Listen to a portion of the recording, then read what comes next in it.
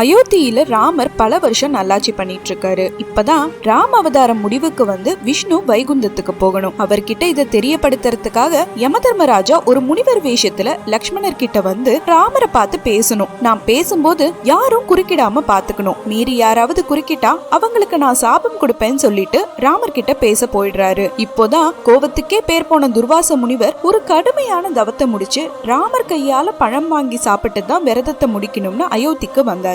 ஆனா ராமரை பார்க்க லக்ஷ்மணர் விடாததால கோவத்துல ராமருக்கு சாபம் கொடுக்க போறதா சொன்னாரு. இத கேட்ட லக்ஷ்மணர் தான் சாபம் வாங்கினாலும் பரவாயில்லன்னு அவங்க ரெண்டு பேரும் பேசிக்கிட்டு இருந்த அறைக்குள்ள போயிட்டாரு. இதனால முனிவரா வந்த யமதர்மராஜா லக்ஷ்மணருக்கு ஒரு வருட காலம் தனியா வனவாசம் போகணும்னு சாபம் கொடுத்தாரு. இந்த வனவாசத்துல ராமரோட பிரிவை தாங்க முடியாத லக்ஷ்மணர் சராயு நதியில குதிச்சு உயிரை விட்டுட்டாரு. இத கேட்ட ராமரும் அனுமனை திசை திருப்பிட்டு அதே நதியில குதிச்சு உயிரை விட்டு யமன் கூட போயிட்டாரு.